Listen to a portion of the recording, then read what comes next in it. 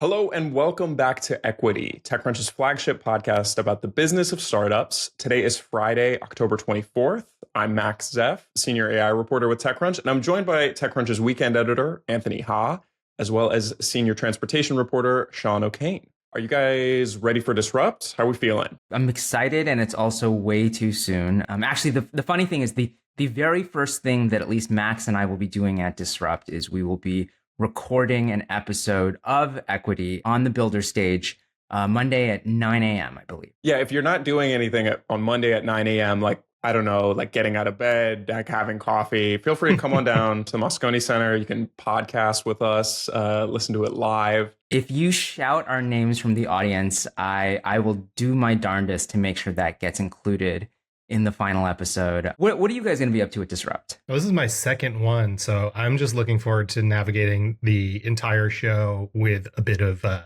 with bearings for once. Whereas last year I was, sort of finding my way. But I'm really excited to see a lot of the Battlefield 200 companies that we have getting ready to sort of compete, especially the top 20. That was just an exciting thing to see for the first time last year.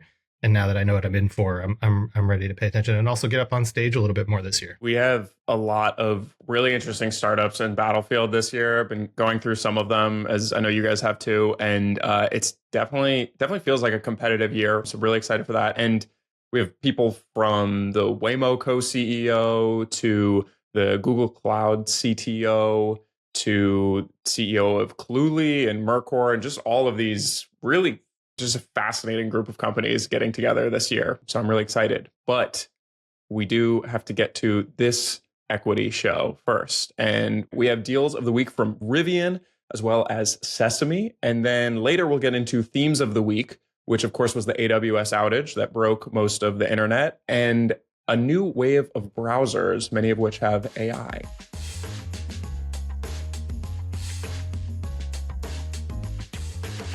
Let's get into our first deal. Sean, I want to kick it over to you for this deal from the Rivian spinoff also. Yeah, let's just address it up front. This name is a nightmare to navigate.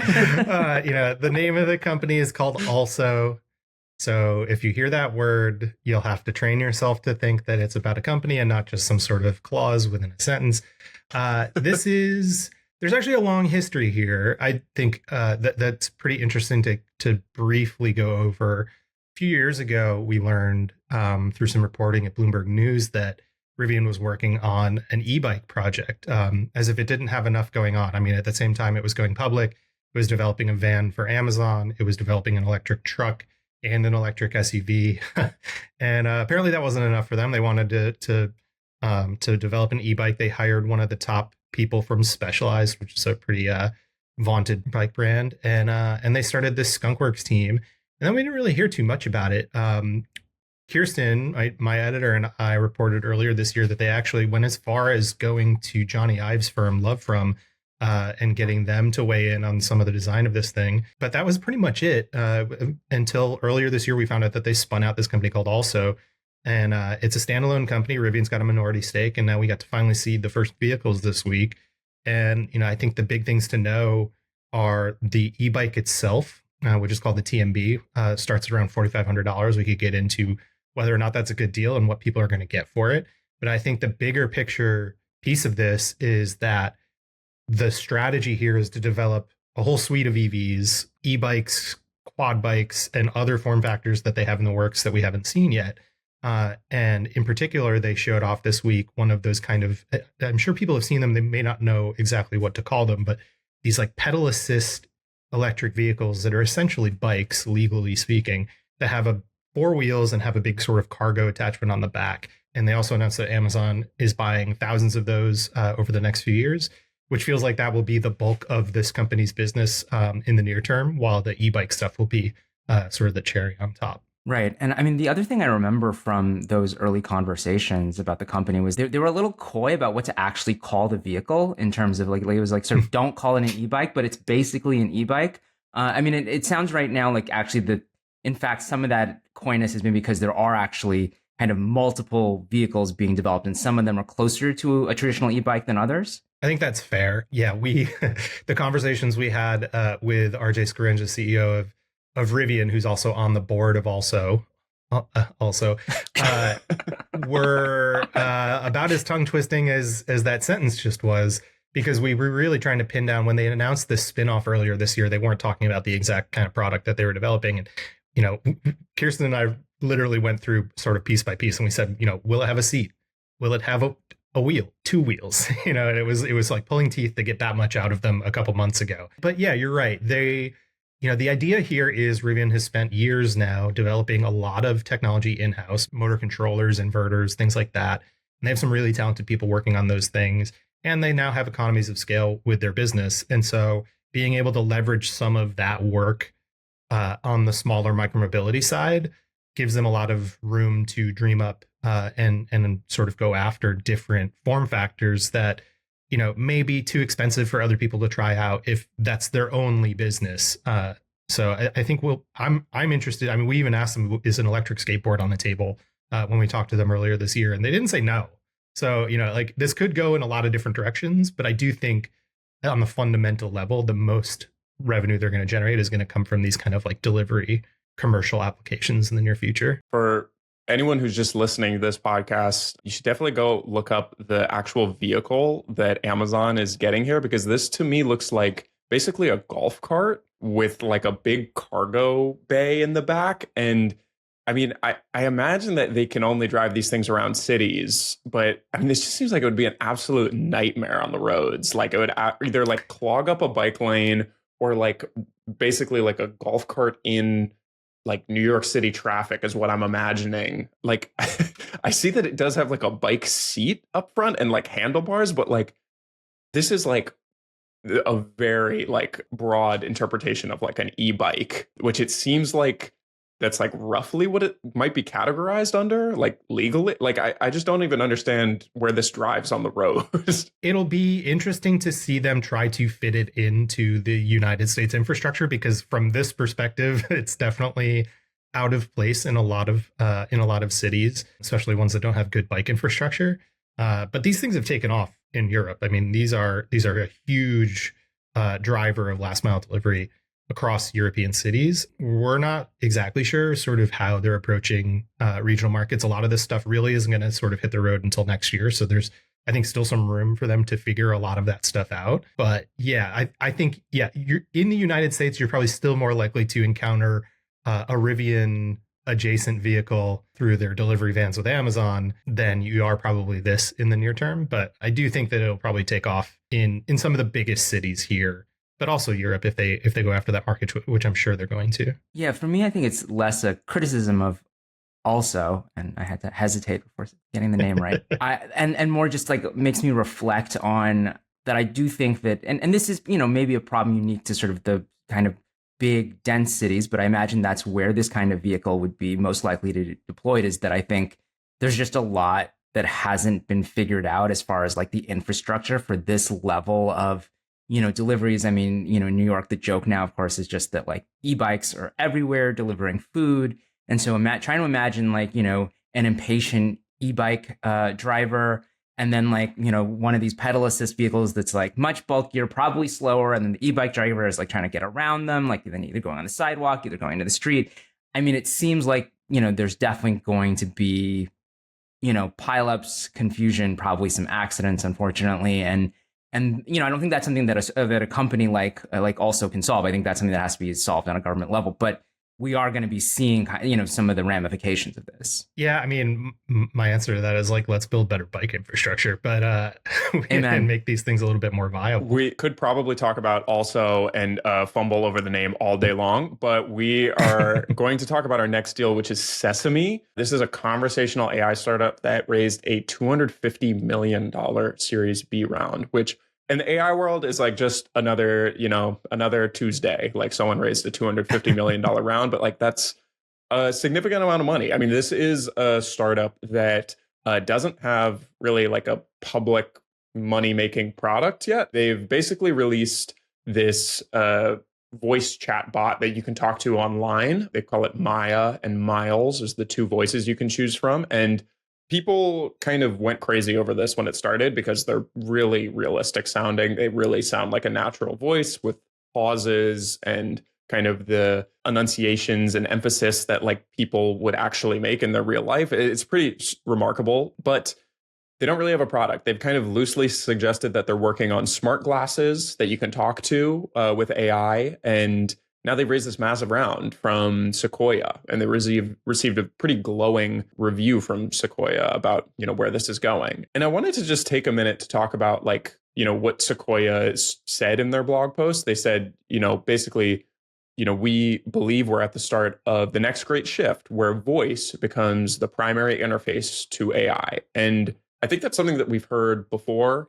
I'm not sure if there's much evidence to kind of prove that that's really going to happen. And I wanted to just kind of get your guys' sense of like, do you really feel convinced that voice is going to be that primary interface for AI? I think I sort of agree with you that it's something that intuitively I'm like, yeah, you'd think it would be, but at the same time, the companies that had built, voice assistants, Alexa, Siri, I mean, obviously that was sort of a much earlier generation of, I guess, what we would now call AI. They've really struggled, it seems, in the last couple of years to kind of level up those products. And so, the people who are really excited about generative AI, about LLMs, are interacting with them primarily through things like ChatGPT.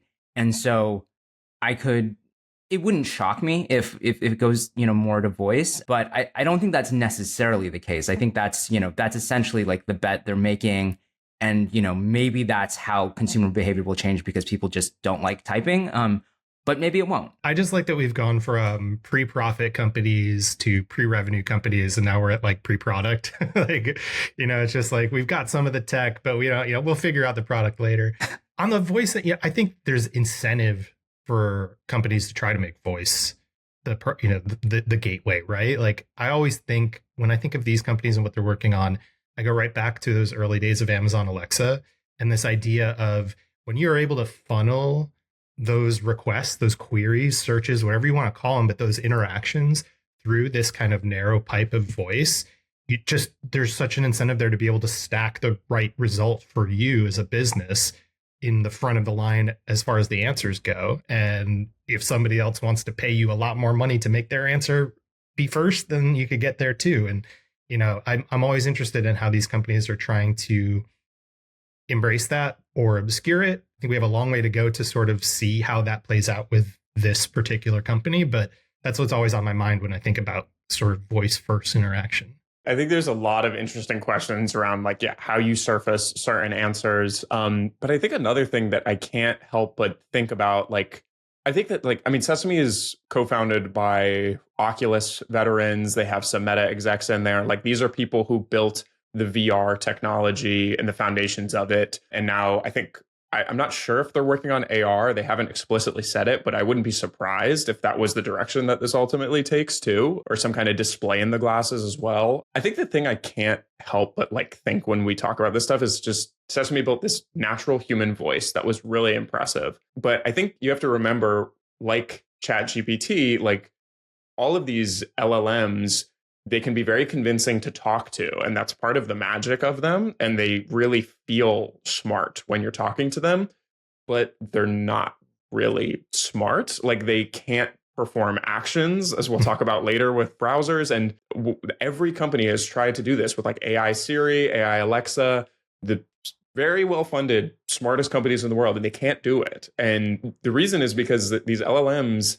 can't hook up to the lights in your house. They can't hook up to all this stuff because they don't really understand how to do it. And their success rate is too low for these kinds of tasks. So I just, that seems like such a core limiting factor to it being an interface. And maybe they'll surpass it and maybe they'll come up with workarounds. But I just feel like we haven't really seen enough evidence for that today. I agree with that. You mentioned that the company has a number of the founders of Oculus behind it, which I think we can probably assume is a major factor in the amount that they raised, probably whatever the valuation was. One thing that's worth mentioning is it's basically, as I understand it, it's kind of all the Oculus founders. It doesn't include Palmer Luckey, who I think is the person people most associate with Oculus. And instead, it's kind of the guys who I think kind of came on board with him and kind of helped turn it into a real company.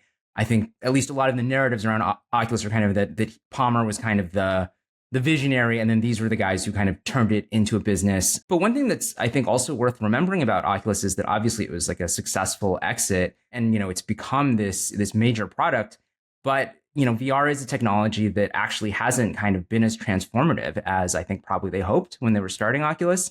And so that there are a lot of these waves of things where people are very excited and hyped up, and then you can still have a successful company, but not necessarily kind of transform things the way that's promised. And then, of course, with AI now, we're seeing these kinds of rounds, these valuations that are so elevated that you need a world-changing success. You can't just be like, well, we like did okay, and then we sold to Facebook. Like, I think for something like this, it actually needs to live up to the crazy hype. Right. And right now, it's just not there yet. Things don't work. And speaking of things that don't work, we have our theme of the week next, which is the AWS outage, which made much of the internet break and just not work. Whenever this happens, I kind of love it because, I mean, obviously, like there's real people impacted here, but it is just kind of like a signal that just like this thing is all very fragile, and it's just people pushing updates all the time and people make mistakes. And I feel like this happens like once a year where just the whole internet, or honestly, maybe more often,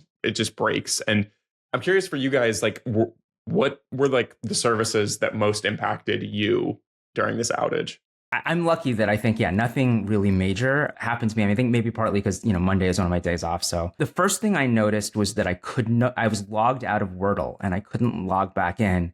And so my score for that day, which I'm going to claim was really good, it was not saved in my records. It seems like it was pretty widespread, all kinds of web services. I mean, I think one that a lot of people talked about because it was funny, though maybe not funny if you were someone affected, were these 8 sleep mattresses.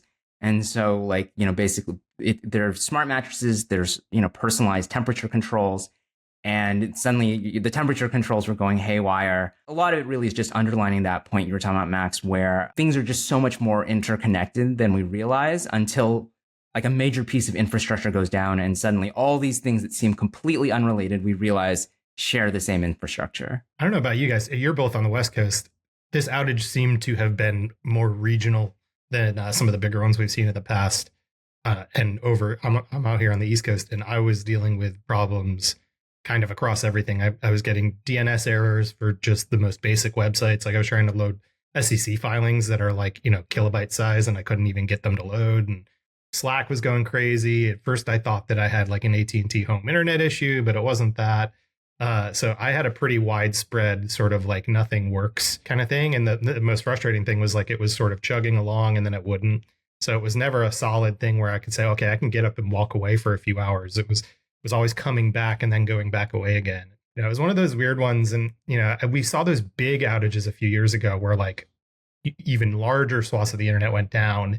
And I know that there had been pledges to sort of, decentralize this stuff a little bit more. And I guess that seems to be working, but it certainly seems like there's still a big vulnerability here when this stuff keeps going down. And it also feels like shockwaves from like an earthquake, right? Because I still had trouble today as it sort of like floated back up again. Well, and I think what also happens is then you start to like, it plants the seed in your mind where if like a website is loading slowly, you're just like, I don't know, is this because of, the Amazon outage? Absolutely. Also, just very quickly, like, how dare you? I live in New York City. I am not on the West Coast. But the first two things you mentioned were Slack and SEC filings, and I can tell you I was not looking at those things on my day off. Fair. Anthony's Wordle was devastated, though. Our two respective Mondays. Yeah, very different days.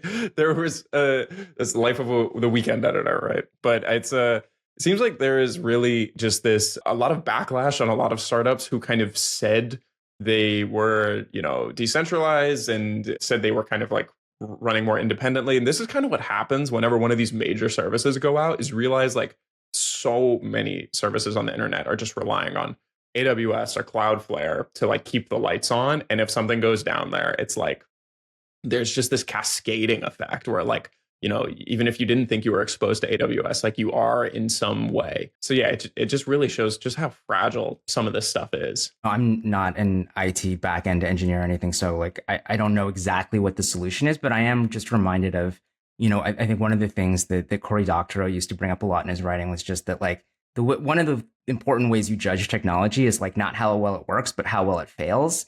And I think that like, all of these products, again, what should their infrastructure be? I don't know, but like they should be able to figure out what, how to handle things when that infrastructure is on the fritz. Like it shouldn't just be like, all right, your temperature is now 100 degrees on your mattress, which to be fair to 8, I know I'm picking on them a little. I think they have sort of like announced that they do have an outage mode now, but I think that's also something that sort of any hardware or even sort of software maker should be thinking about. It's just like, hey, like what happens when this stuff goes down? We actually have to get on to our last theme of the day, which is the browser wars, which are heating up quite a bit right now. In the last week, we had probably one of the biggest browser launches in recent memory.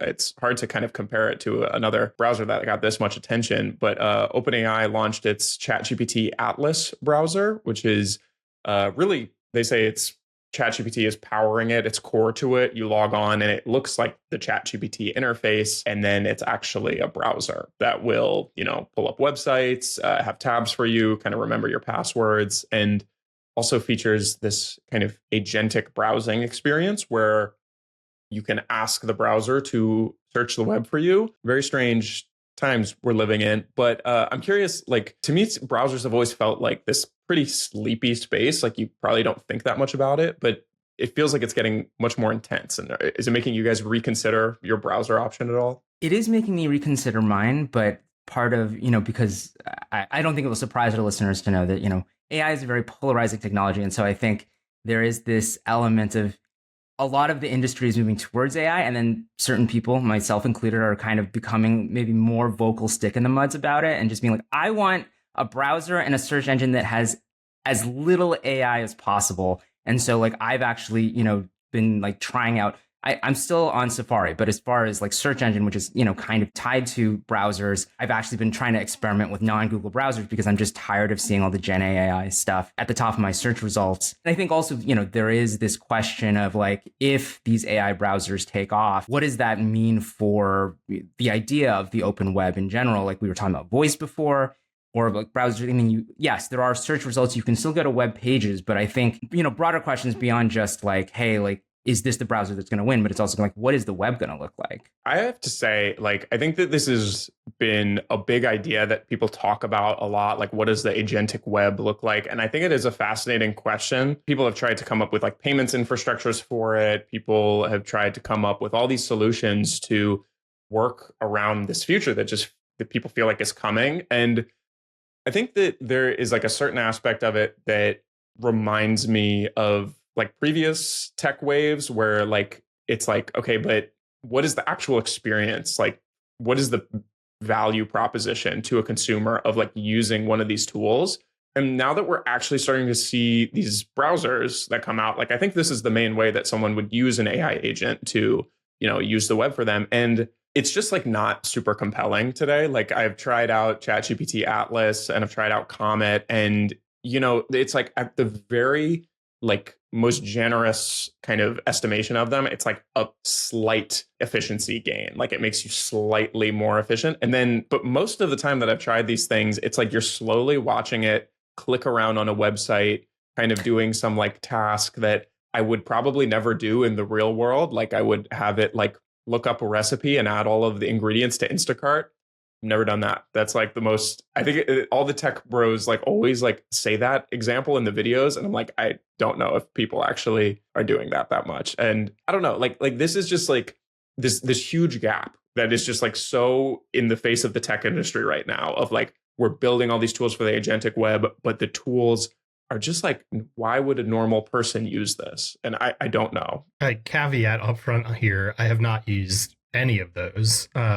But that's in large part because I'm still very much like an old head when it comes to search and browsing in general. Like a lot of the work that I'm doing involves looking for documents, which just naturally involves looking through like different discrete parts of web pages that I'm familiar with, lots of Boolean searches on Google. And, I think maybe I'll try these one day if Google really does up and kill Boolean search, which it feels like is coming at some point, but it's not there yet. The thing that is interesting to me about these sort of AI browsers is that like we've seen other companies try to compete in the browser space and they always lose because like it's just impossible to make money on a browser as a product.